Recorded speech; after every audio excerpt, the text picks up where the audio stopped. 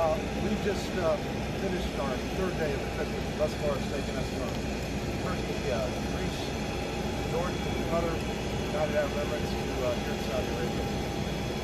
Everywhere I went, I found leaders who are determined to prevent the conflict that we're facing now spreading, doing everything possible to deter escalation, prevent a widening of the conflict. We also talked about the future of this region. And I think there's broad agreement on two basic objectives. First, that Israel and Israelis should be able to live in peace and security, free from the fear of terrorist attacks or aggression from any of their neighbors. Second, that the West Bank and Gaza should be united under Palestinian-led governance. Third, the future of the region needs to be one of integration, not division, not conflict. And fourth, that to happen we need to see the establishment of an independent Palestinian state. Now, no one I talk to thinks any of this will be easy. All recognize the hurdles, and no one thinks that anything will happen overnight. But we agreed to work together and to coordinate our efforts to help Gaza stabilize and recover, to chart a political path forward for the Palestinians, and to look toward long-term security. I also found across the board that countries we visit, leaders we spend time with, are prepared to make the necessary commitments, to make the hard decisions, to advance all of these objectives, to advance this vision in the region. We're heading now to Israel, where I'll have an opportunity to share with Israeli leaders everything I've heard thus far on this trip, and also to talk to them about the military campaign in Gaza. I will press on the absolute imperative to do more to protect civilians and to do more to make sure that humanitarian assistance is getting into the hands of those who need it. We'll also, of course, focus on our relentless efforts to bring back the hostages, Americans, Israelis, and others. And we'll talk about how we see the future for the region and for Israel. And I'm convinced that there is a future path that can actually bring lasting peace and security for Israel, that can ensure that October 7th never happens again, and that can bring the region together, that can meet the aspirations of the Palestinian people, and do it in a way that makes this a region focused on the future, not on the challenges of the past. With that, happy to take a couple of questions. Ian? Secretary, your trip is partly about trying to prevent a wider war, but Israel has now killed 2 Hezbollah leaders within a week. What does that say about U.S. leverage over Israel, and doesn't that risk a second front? And secondly, Qatari Prime Minister Al-Thani yesterday said military strikes against the Houthis were not the best option and that he preferred diplomacy, since the military strikes would raise regional tensions. What message are you giving to Arab partners in the region about U.S. and coalition efforts and intentions towards potential military strikes in Yemen?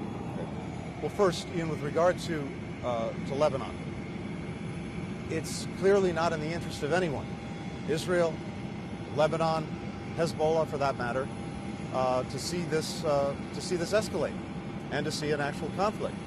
And the Israelis have been very clear with us that they want to find a diplomatic way forward that creates the kind of security that allows Israelis to return home. Nearly 100,000 Israelis have been forced to leave their homes in northern Israel because of the threat coming from Hezbollah in Lebanon, but also allows Lebanese to return to their homes in southern Lebanon. And we're working intensely on that effort and doing so diplomatically. Second, with regard to the Red Sea, the international community as a whole faces a challenge. These attacks, consistent attacks by the Houthis on international shipping, are a threat to everyone. We talked about this yesterday. You've got about 15% of the world's commerce every day going through that strait, going through the Red Sea. And these attacks are having a real effect on the prices that people have to pay for food, for medicine, for energy. ships have to get diverted to other places, insurance rates go up, and the basic principle of freedom of navigation is what's at stake. So the international community has a real stake in upholding that principle. As I said, we've had 40 countries come together to make clear that what the Houthis are doing has to stop. And we have other countries that have made clear that if it continues, there have to be consequences. So our strong view, our strong preference is that the Houthis get the message that they're receiving from countries around the world that this needs to stop, and that's what we're focused on. Thanks.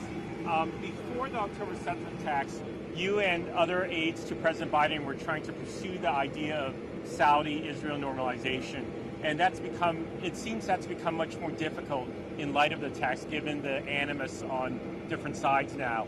But you still want to pursue that because it might be one way to get Israel to recognize the aspirations of the Palestinians. What did Crown Prince Mohammed tell you today about the prospects for normalization? What conditions is he looking for to reach normalization? And what do you think the U.S. and Israel have to put forward to reach an agreement? Secondly, what did Crown Prince Mohammed and MBZ today tell you about what they're willing to do in a post-war state in Gaza? So, second part of the question first. What I found on virtually every stop was a willingness of all of the countries involved to do important things to help Gaza stabilize and revitalize. And I heard that in every place. And one of the things that we're going to be working on together is just what that would require and just what countries specifically are prepared to do. But that was a pretty constant theme. With regard to integration, to normalization, yes, we talked about that actually on every stop, including, of course, here in Saudi Arabia. And I can tell you this, there's a clear interest here in pursuing that. There's a clear interest in the region in pursuing that.